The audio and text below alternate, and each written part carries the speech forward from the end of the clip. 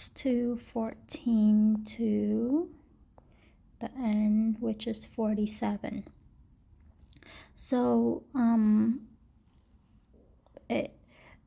the Peter stood up and addressed this crowd, which has a mix of jeers and people that are amazed. And then he spoke. He pointed to Jesus. He pointed to personal responsibility, and he had a call to action. And then he also said that, he used scripture, that Jesus fulfilled the scripture, and how David talked about Jesus. He talked about them nailing Jesus to the cross by the hands of godless men and put him to death. So they had a personal responsibility in Jesus' death. And then after that, the Lord said to my Lord, so he used the question that Jesus confounded the religious leader with, that how can David pretty much call his descendant his Lord? And so he used this as scripture, like proof for the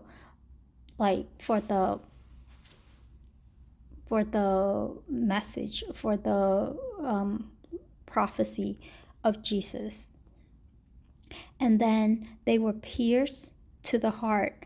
And so when I read the previous part, I thought, oh, the jeers were kind of like, oh, we're not going to believe kind of like thing. But when I read this, I remember of the two thieves on the cross, and one of the thieves first mocked Jesus, but then when he saw what Jesus did and his actions during the last moments, he believed. And so that led me to believe that among the jeers and the mockers saying that these people have new wine, that some of them heard the sermon that Peter gave and believed and repented and were pierced to the heart. And they asked, what are we to do? And it's like, yeah, so there's an action, there's a response to the message.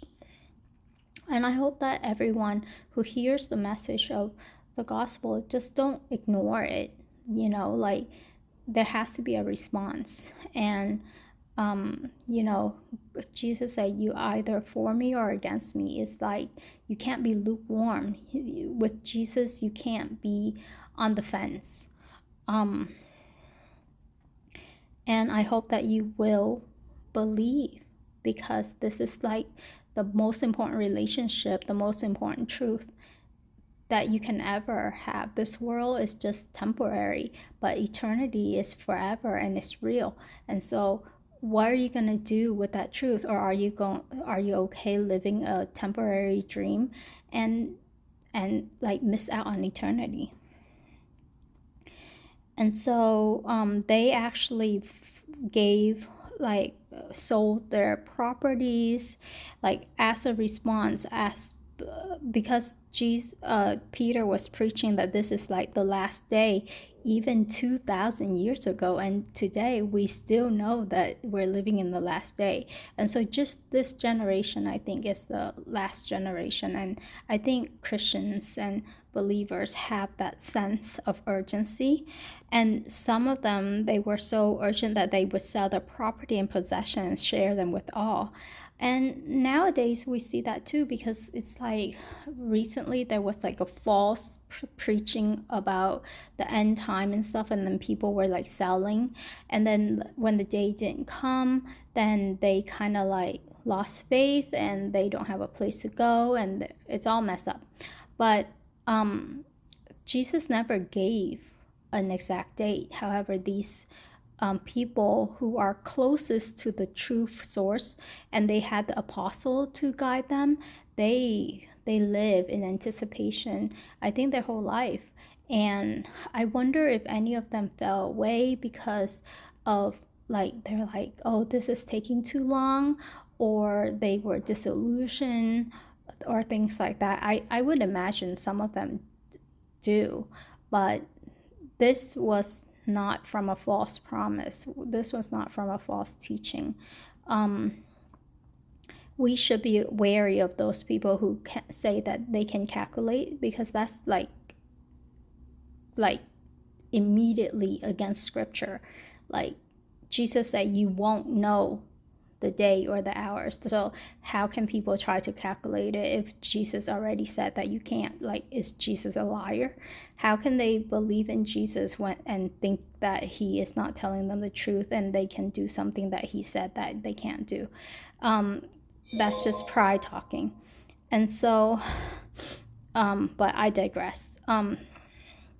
So after that, they day by day continuing with one mind, and they actually were taking the meals together with gladness and sincerity of heart, praising God and having favor with all the people.